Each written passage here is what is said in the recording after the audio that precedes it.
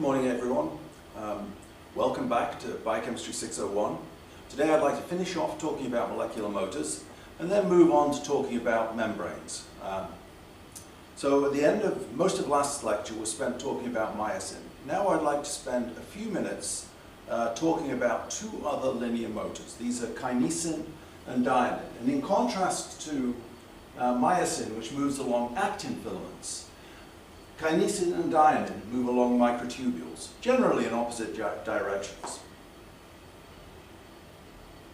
There are, of course, molecular pumps, ABC transporters, and we'll talk about one of these when we talk about membrane proteins. And again, it's utilizing ATP to carry out some transport or directed movement. So kinesins are a particularly interesting group of molecular motors. They were discovered long after myosin was determined, but it turns out that there are more kinesin isoforms, kinesin molecular motors in eukaryotes than there are myosins. Similar to myosin, most of the kinesin motors include a motor domain, a stalk, and then a region that binds to the cargo. This end is going to bind to microtubules, this end is going to be involved in binding something that gets moved by this molecular motor. Connecting the two, there's a long stalk that's often coil-to-coil, as in myosin. But what you'll notice, these are drawn approximately to scale. The motor domain for kinesin, there are 2 motors per molecule, are much smaller than myosin. And the distance that's moved by kinesin is about 80 nanometers, whereas, 8 nanometers, whereas the movement of myosin is around about 10 nanometers, 100 angstroms, 80 angstroms. So you have to ask, how can such a small motor manage to move along the microtubules by 80 angstroms when it's so small? In contrast to the myosin motors, where the motor domain is typically, it's always towards the N-terminus. In kinesins, the molecular motor can lie either at the N-terminus or the C-terminus of the molecule. It's important to note that the 8 nanometer step, 80 angstrom step, is equivalent to the repeat distance along the microtubules between alpha subunits. And that kind of implies that probably the kinesin is going to operate with a stepping mechanism as opposed to a swinging arm power stroke type of mechanism that's observed in myosin. Now, if you look at the structure of kinesin, it's a P-loop protein, similar to myosin. As I mentioned, it is much smaller, but the power stroke is very substantial. As I noted, this is the axial repeat along the microtubules. You can see the P-loops. This kinesin is an N-terminal motor. This is the C-terminal motor found in NCD in yeast. This is found in humans. You'll notice that the overall structure is very similar. The position of the nucleotide is different. But in these cases, these motors move in opposite directions along the microtubules, illustrating the diversity of this class of molecular motor. Now, there are lots of structures available for kinesin. I'll just mention this one because this is a structure of the kinesin dimer from rat. And in this case, they crystallized it with 2 heads attached to a small section of coil-coil. What's particularly interesting about this structure is that the 2 heads are connected in a very tenuous way to each other through a small section of random coil. The orientation of these 2 motors relative to each other are different. In other words, it doesn't show twofold symmetry. But because this is so small, what it's telling you is that there must be some way of communicating the properties of each active site relative to each other as they move along the microtubule. So the traditional kinesin uses a stepping mechanism to move from the plus end, move to the plus end of the microtubules. And in this, in contrast to myosin, if you have kinesin in solution, ADP is very tightly bound. So the free state of kinesin has ADP bound to it. So if the ADP-bound kinesin interacts with microtubules, the ADP is released, the ATP will bind, and then the trailing head that is just released moves forward or swings forward. It's by diffusion, it's not being pulled forward. And as it interacts, it releases its ADP, and during this time, ATP is hydrolyzed. At that point, there's a loss of phosphate, so the leading head binds tightly, and the rear head, which has ADP, which is a weakly bound state, is released, and this allows a repeat of the mechanism. So it's a hand-over-hand mechanism along the microtubules. And what this means then is that kinesin, because it's always attached, the dimer is always attached to microtubules, a few motors can move a large organelle along microtubules. And that's important because many of these motors are found in nerves, and if you think about it, a nerve cell can go from here to here, and you're going to have to move substances from one end of the nerve cell to the other end, and this can only be accomplished by a molecular motor. And the molecular motors have to move from one end to the other, and they move along the microtubules. So this gives rise then to, we have a model for the stepping of the two motors bound to the microtubules, the beta alpha. This microtubules, tubulin is an alpha beta heterodimer. We have a forward head and a rear head, and you'll see this tenuous connection between the two. And this connection communicates from one domain to the other the contents of the nucleotide binding site, which ripples through the surface. And again, characteristic also of myosin, the conformational change that occurs in kinesin during this process is really quite small, reflecting the small change that occurs when you hydrolyze ATP. But it triggers a change in the amino acids at the end of the binding site that ripple through this surface and then change the way that this linker domain interacts with the kinesin molecular motor. So it's this linker domain and the way that it communicates with the contents of the nucleotide binding site that controls the stepping mechanism.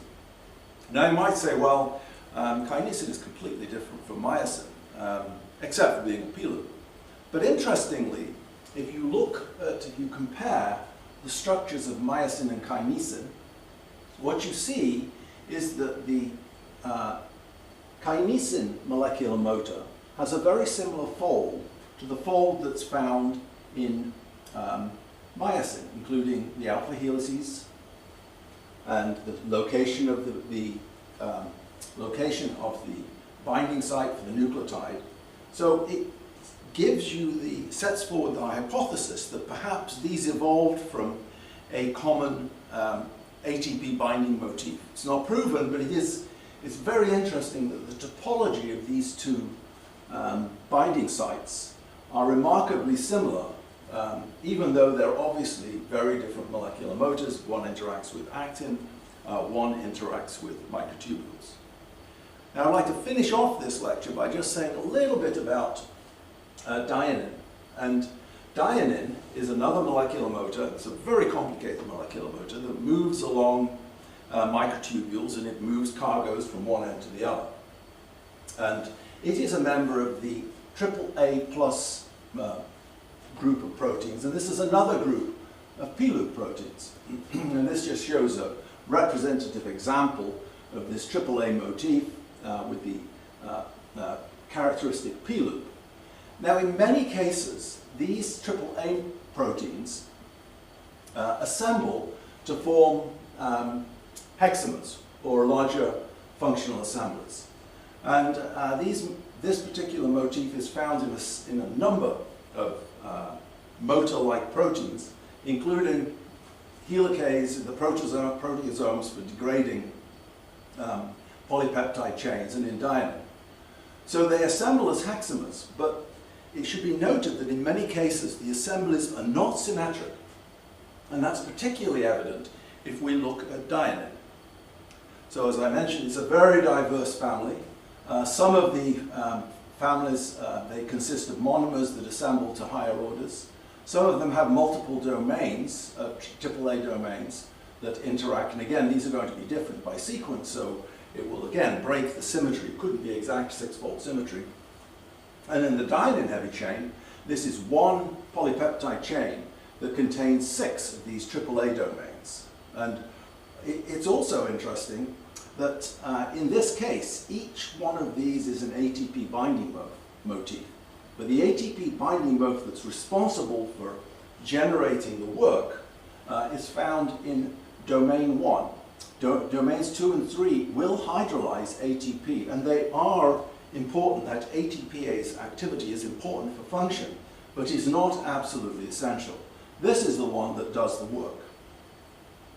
So if we look at the cytoplasmic dynein minus-directed motor, as comes from a composite model, you have the AAA motif, the hexamer, and the binding site that's responsible for generating the power is in between 1, and it lies in the interface between 2 domains. Again, it is the connection between those interfaces that is important for transmitting the binding energy between detecting the difference between different nucleotide states that is ultimately responsible for this movement.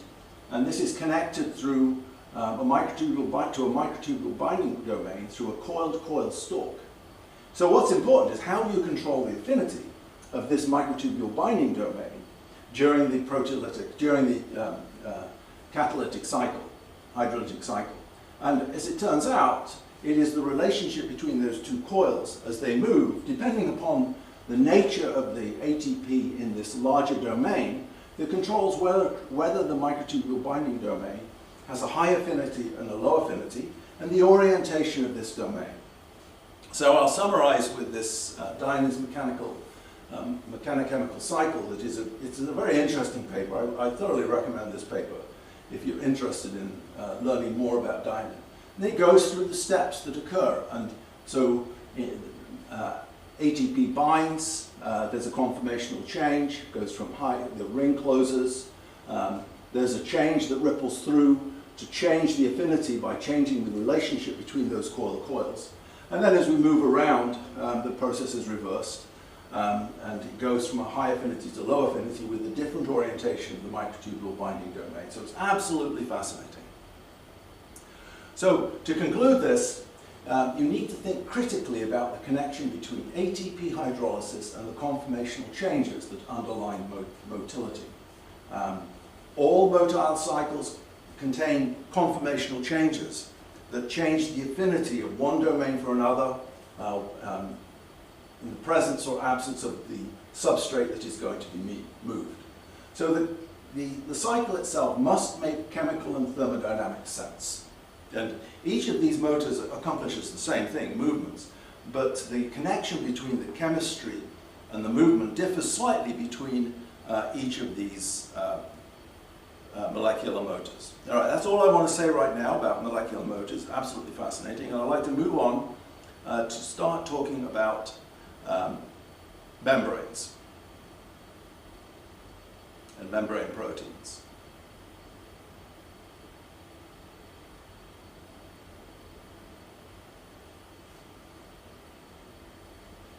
Okay, now we're on the start of lecture 22, and that will move into lecture 23. We'll talk about the architecture of membranes and membrane proteins.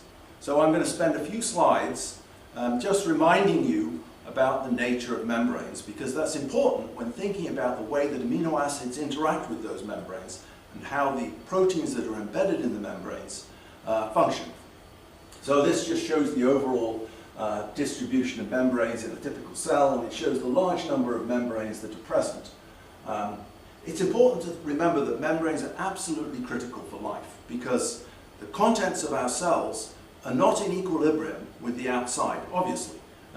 So in order to be able to maintain a higher concentration of substrates within a cell, one is going to need pumps, molecular motors. You're going to need ways to communicate the external environment with the internal environment. And of course, in a cell, it's a matter of communicating between the nucleus and the cytoplasm through these membrane organelles. So membranes are absolutely critical for life. So we need to say a little bit about the membranes themselves, and I'll spend a few slides talking about the lipids, which goes back to the basic. I'll also point out that in this lecture, there are a few slides that I've hidden for my presentation that are present for reference, and I'd like you to look at those as we go through, although any questions that come up on the exam will not lean heavily upon the hidden slides. This is an important slide because it's conceptual. It conceptualizes our overall initial view of what a membrane is. Importantly, there's an outside and an inside. The membrane is composed of lipids that we'll talk about more, and embedded within this membrane are proteins, anchors, and we have the general concept that a membrane protein is free to migrate, to move in the plane of the membrane, but it is not free to flip their orientation from one side to the other. If there is a flipping, that's accomplished by a molecular motor. And the same is true for the lipids themselves. They don't generally flip from one side to the other because it's, as we'll note, it's going to be energetically unfavorable. So the fluid mosaic model is enormously important. Now, of course, proteins aren't completely free to move because in many cases the integral membrane proteins are tethered to the cytoskeleton or matrix on the interior, and this can serve both to localize those proteins, and of course it provides the asymmetry that's found in most cells. So things aren't free to migrate completely, although if you put in a lipid on an E. coli, within a second, a labeled lipid, within a second it's entirely over the cell. So the membrane lipids themselves are free to migrate. Now let's spend a few moments talking about lipids, and of course you've covered all of this in your earlier biochemistry, but I think it's important just to remember because it will place things in context for the concepts of size. So lipids themselves, at a fundamental level, they're a very heterogeneous group of compounds that have the ability that they're soluble in organic solvents and not soluble in water. And in most cases, in many cases, they're amphipathic in nature, and that is to say that one end of the molecule is polar and the other end of the molecule is hydrophobic. And they play important functions in biology, of course. They're the principal energy stores for many organisms, including ourselves. They form biological membranes, and of course lipids are observed in many cofactors, pigments, hormones, and messengers. Now, when we classify lipids, at least as they apply to membranes, we have really two classes. We have the open chain compounds and the fused chain compounds. And the open chain compounds are formed from fatty acids, triglycerols, sphingolipids. I think that it's important to have a general idea of the nature of fatty acids, triacylglycerols, and phosphoacylglycerols as forms of lipids. I think it's also important to understand a little bit about cholesterol, because not only because it's structurally interesting, but it's medically interesting as well. And in this section, it's the concepts that I want you to understand, and not necessarily the names or exact structural formulas. That's not as important as understanding the chemical context. All right, so let's talk a little bit about fatty acids. They come in many shapes and sizes, and they vary in 12 to 20 carbons. They're derived from the hydrolysis of animal fats. Soaps are derived from, which are fatty acids in most cases, are derived from the hydrolysis of triacylglycerols with sodium or potassium hydroxide. They can be saturated, as in stearic acid, or they can have a double bond be unsaturated, as found in oleic acid. And important to note that the presence of the double bond introduces a kink, and that has a profound influence on the physical properties of those fatty acids, as shown on my next slide. And this just shows a few typically naturally occurring saturated and unsaturated fatty acids and their non-systematic name. Again, you will see many of these. Palmitic acid, of course, from palm oil. Stearic acid was found from animal sources. And these show the degree of saturation. We have steric, oleic, linoleic. You don't have to remember the names. What you do have to understand is the nomenclature, that this says how many carbons there are in the fatty acid chain. And it says that there's one double bond, and it's located after carbon 9. Interestingly, you'll notice the change in the melting point as a function both of the length of the carbon chain and also the number of double bonds. So the presence of the kink alters the way that they pack and reduces their melting point. Now, these fatty acids are integral components of a very large number of lipids that are biologically important.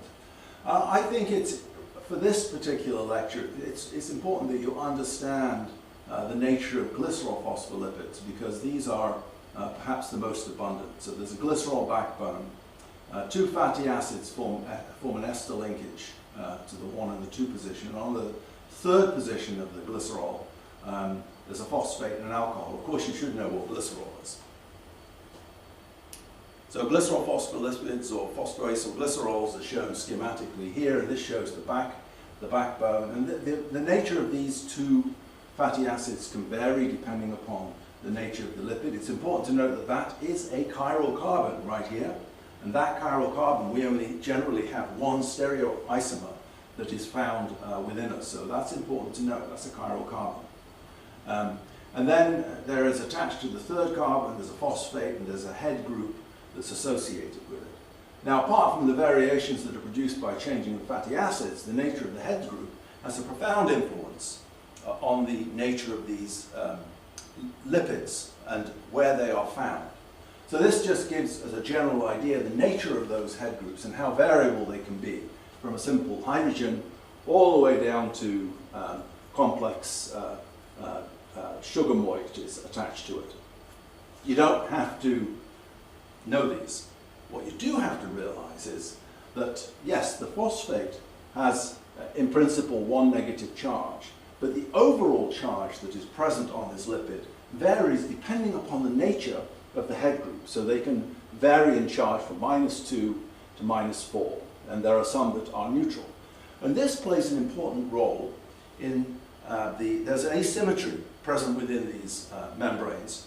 And in many cases, there is a charge difference from one side to the other that reflects the potential difference between the outside and the inside. And that's reflected in the distribution of the charges within the membrane. So the last thing about the general lipids, we have to mention steroids, and this is cholesterol.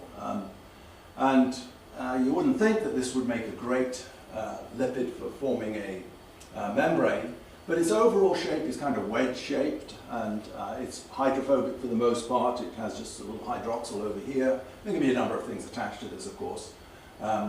But it's very important for membranes. It can change the fluidity. Of course, it acts as a precursor for many other steroids and plays a role in the development of atherosclerosis. And I should note, as I'm sure you're well aware, we synthesize most of our cholesterol. You can change the amount of cholesterol you bring in the diet, and it makes absolutely no difference to your cholesterol levels, because we make almost all of the cholesterol that we need, and it's absolutely vital for our membranes. So membranes are centered then on a lipid bilayer. So we have, and this is easy to understand, the lipid bilayer consists of a polar head group that's going to face the aqueous environment, both on the outside and the inside. And then between these two polar groups that are facing water, there's a region of high hydrophobicity where the chains interact with one another. This lipid bilayer self-assembles.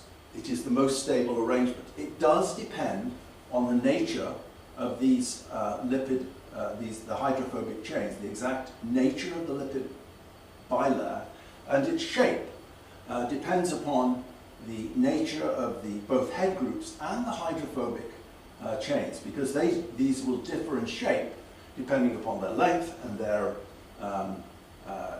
degree of unsaturation. So, as you can imagine, that many membranes have curvature to them. And what we observe is that the bulkier molecules tend to be on the outer layer, and the smaller molecules, the ones with the molecules that are smaller, tend to be on the inner layer. That's both on the size of the lipid and also the size of the head group. So, and this is just shown schematically, showing the distribution, and there tends to be a larger negative charge on the inside relative to the outside, based upon the nature of the head group. So this just, and again, it's important to note that this lipid bilayer is held together by van der Waals forces and hydrophobic interactions. Now again, hydrophobic interactions is not necessarily an interaction between the hydrophobic moieties of the lipids, but it's really to do with them not wanting to be in contact with water. So again, it goes back to the protein folding problems that we talked about, in which stability is really the hydrophobic components being thermodynamically unstable if they're placed in an aqueous environment. So the hydrophobic effect, coupled of course with the van der Waals interactions, or what holds together and is a self-healing component of the lipid bilayer. And as I mentioned, membrane curvature is important. This is a schematic, and I have an additional hidden slide in here that goes into this in a little more detail. That the shapes of these lipids depends upon the nature of the lipid backbones and the nature of the head group. And this can allow for curvature, which is enormously important for the function of many proteins, because many of the proteins that enter into a lipid bilayer are asymmetric in themselves, and of course they're going to need to have the right shaped lipid molecules to be able to form a stable entity within the lipid bilayer. Now the composition of membranes changes dramatically depending upon the nature of the membrane, and again this is not important to memorize, but what's important to note is that the inside and the outside of the membranes are different, and it's thermodynamically unreasonable to expect that that asymmetry will be lost. As I mentioned, if you want to flip a lipid from one side to the other, or a molecule from one side to the other, in general that requires some facilitation through a molecular motor or a pump or a flipase that helps change the orientation. So now I'd like to move on and talk about proteins interacting with lipid bilayers. Now it's got to remember that about 30% of our proteins in the human genome are associated with membranes. And so they're enormously important, because we don't have an inside and an outside without having communication from one side of the lipid bilayer to the other. So that's going to require proteins then that extend from one side of the lipid, from the inside to the outside. You need communication. So we can classify the proteins that interact with membranes in several ways. So there are integral membrane proteins that have domains both on the outside and the inside of the lipid bilayer. So these extend all the way through. Often associated with these proteins are peripheral membrane proteins, and these are proteins that can either be tightly bound or bound transiently as a form of signaling. And if you isolate these proteins, then they are soluble proteins, but they preferentially interact under the right circumstances with a component of the integral membrane protein. Then there's a class of proteins, and we'll talk about one of these in a little bit. These proteins are inserted in one side of the bilayer. And again, if you think about metabolism and molecules that we encounter in normal biochemistry, some of them are highly hydrophobic. And you have to ask the question, where are they in the cell?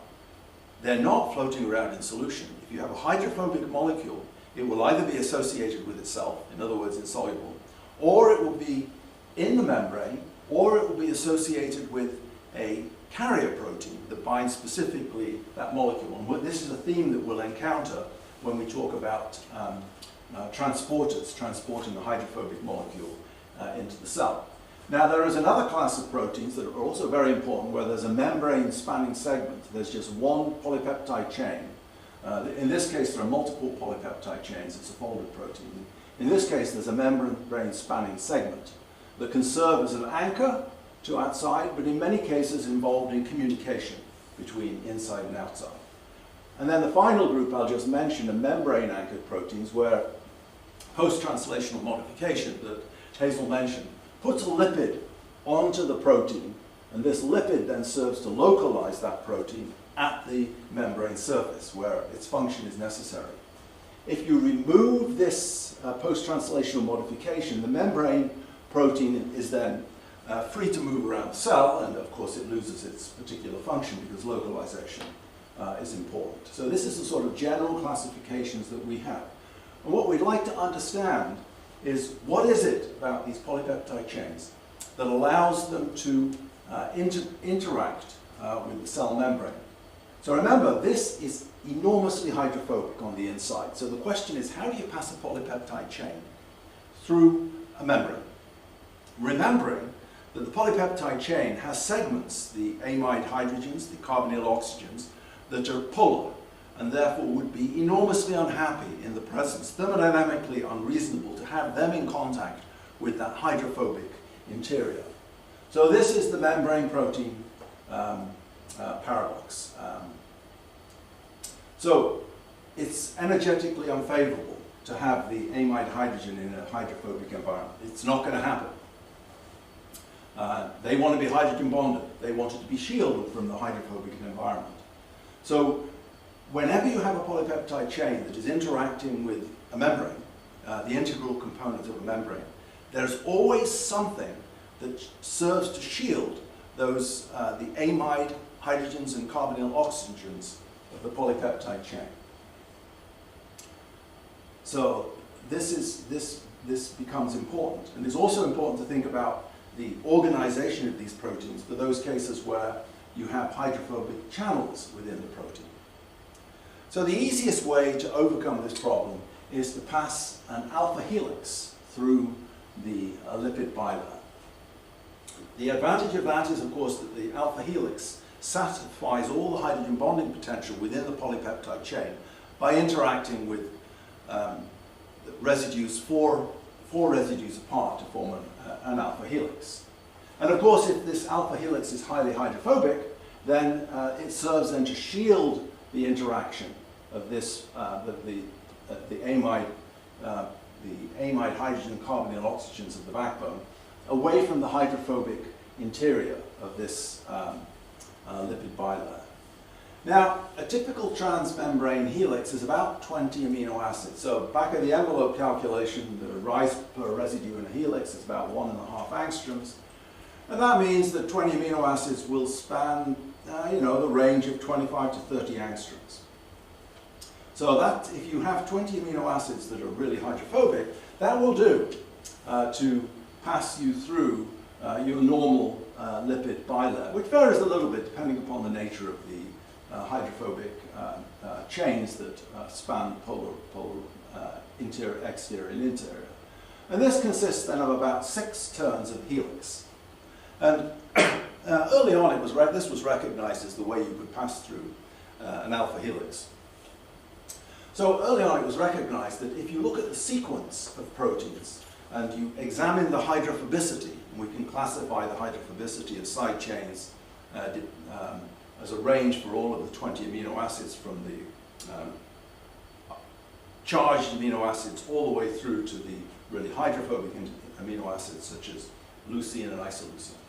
If you examine the sequence and you calculate the average hydrophobicity in the sliding window, reflecting then, of course, that there is some variation in the sequence. It won't be just a straight string necessarily of leucines and isoleucines. But if you take a sliding window that you slide down the sequence and you calculate the average hydrophobicity as you go through, you can see this is Bacteriodopsin, you can see that there are regions of high hydrophobicity connected by regions that are not hydrophobic. And then this gives rise to the idea that then, well, this protein must consist, and it does, of a series of alpha helices embedded within the membrane that assemble to form the protein, and they are going to be inside, outside, inside, outside. They are going to be antiparallel alpha helices to form this globular protein. Now,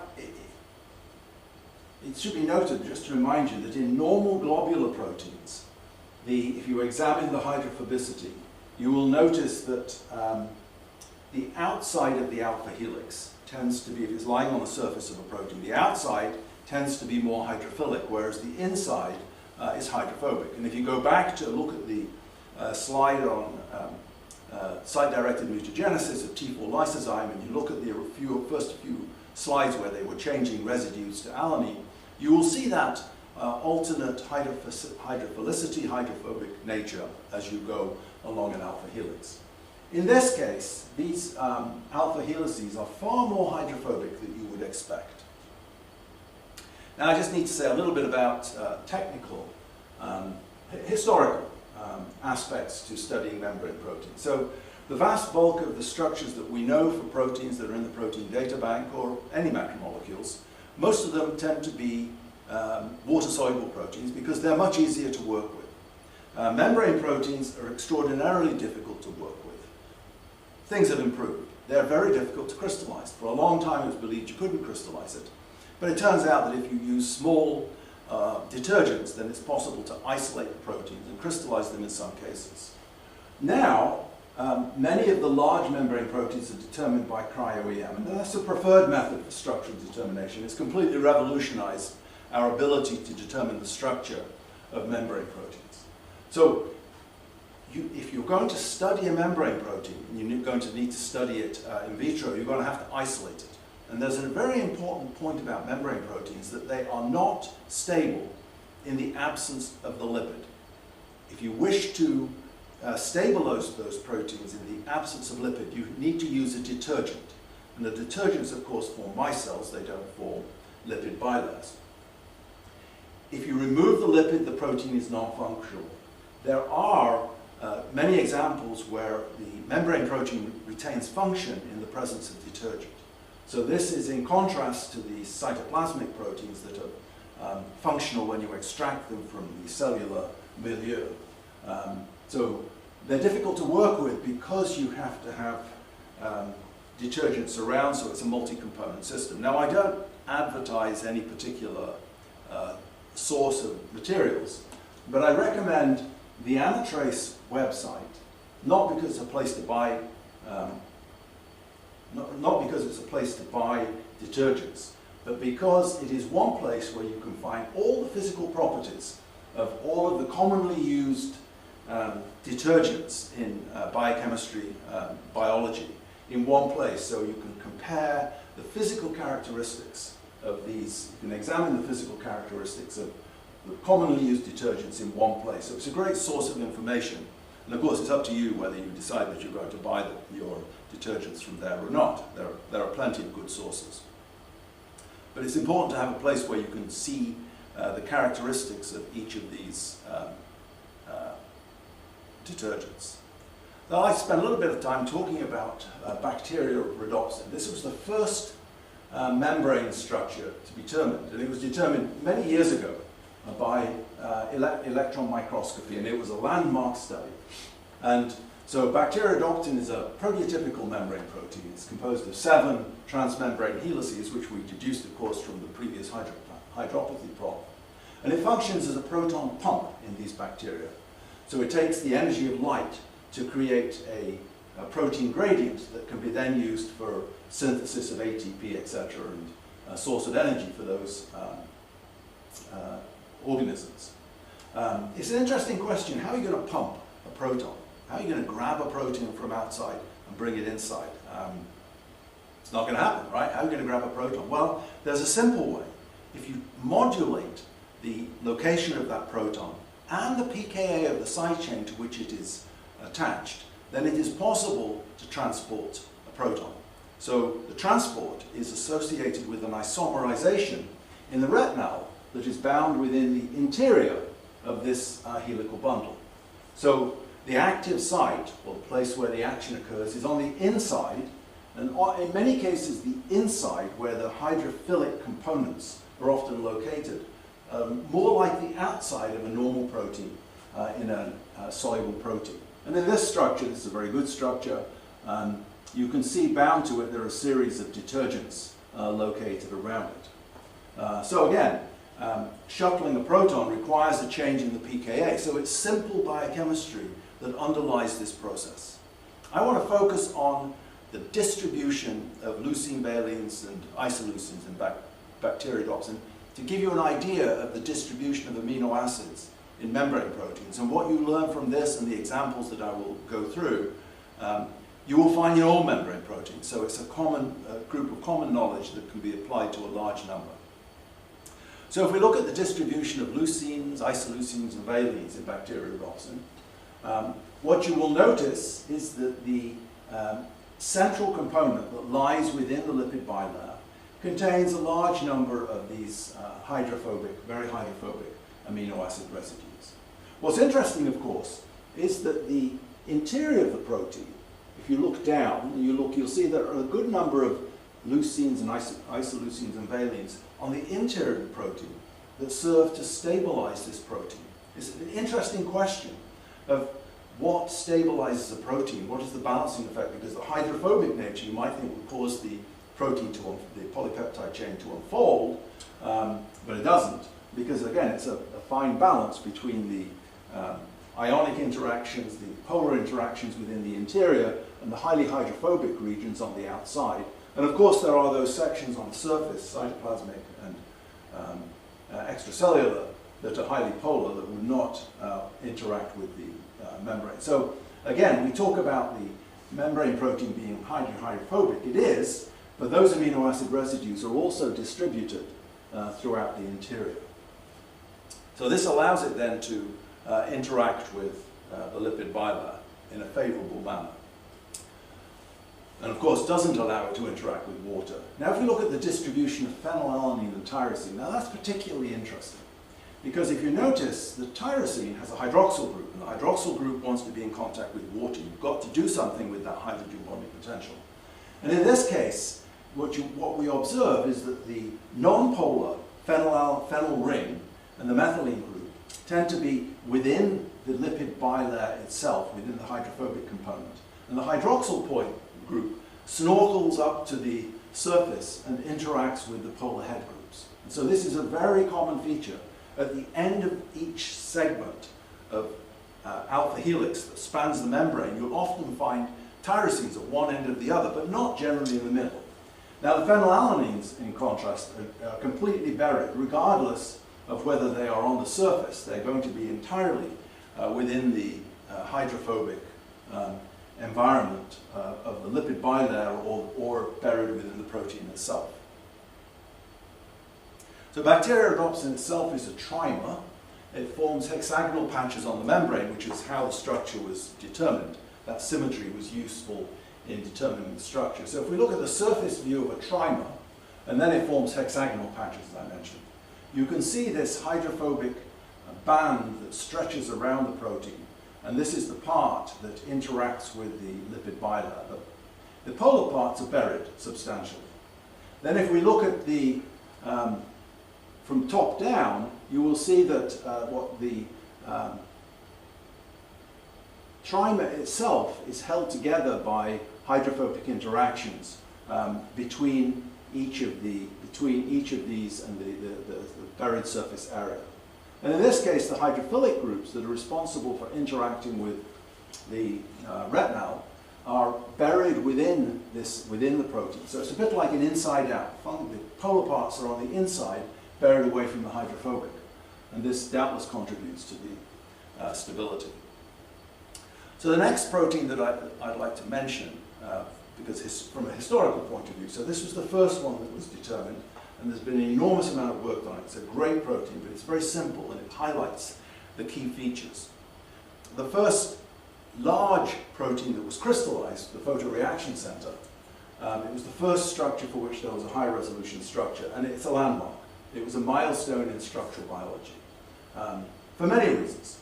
It was the first use of small detergents to crystallize a protein.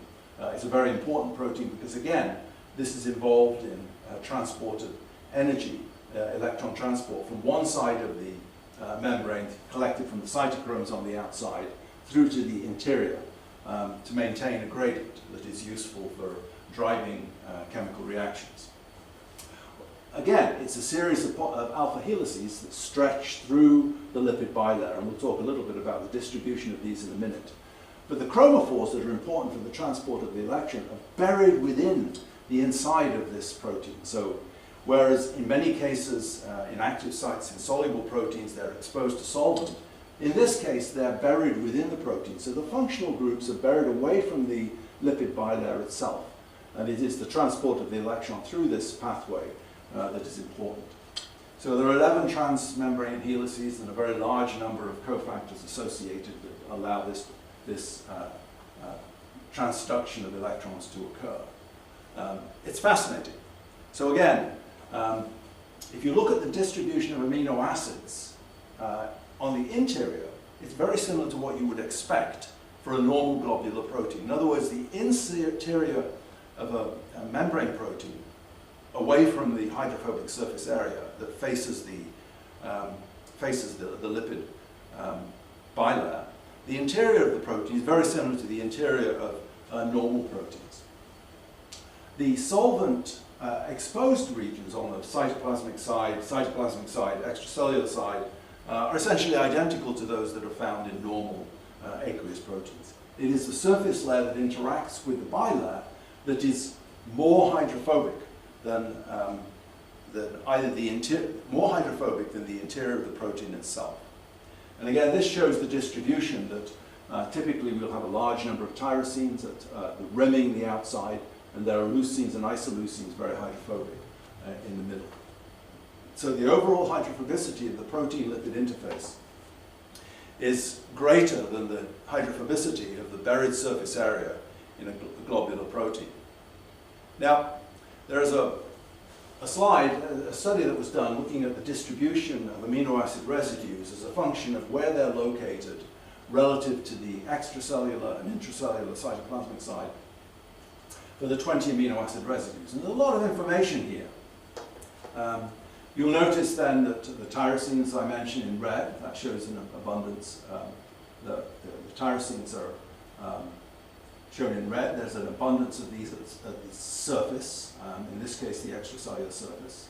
You'll notice that there are lysines found at the interior surface, and again, the hydrophobic residues that are found when we go to the hydrophobicity, the hydrophobic residues tend to be in the interior.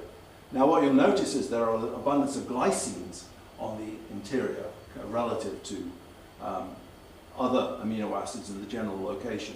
And this reflects that glycines allow polypeptide chains to become in close contact with each other. And so that's an important observation. And cysteines, of course, are hydrophobic, so you'll find those in the middle. Arginines tend to be right at the lipid aqueous interface, and that's because the arginines can interact with the phosphate groups on the phospholipid head group. So that explains the location then of these charged residues. So, beta sheets of membrane proteins. At first sight, it would seem preposterous to suggest that a beta sheet could pass through, a beta strand could pass through a lipid bilayer, because that would expose the backbone atoms, the amide, hydrogen, carbonyl, oxygen. However, if you think about forming a sheet, then a sheet would serve the interaction between two strands. If we interact two strands together, that satisfies the hydrogen bonding potential for the backbone atoms. And you can imagine that if you formed a cylinder, that would take care of the problem of shielding the backbone atoms, the polar backbone atoms, from the hydrophobic interior of the lipid bilayer. And that is what we see. And so the second significant motif in transmembrane proteins is the antiparallel beta barrel, where the barrel is closed. And this includes porins and alpha hemolysins. So these are found for the porins are found in the outer membrane of gram-negative bacteria, and they allow the passive, this is important to remember, it's passive diffusion of small molecules of water into the periplasmic space.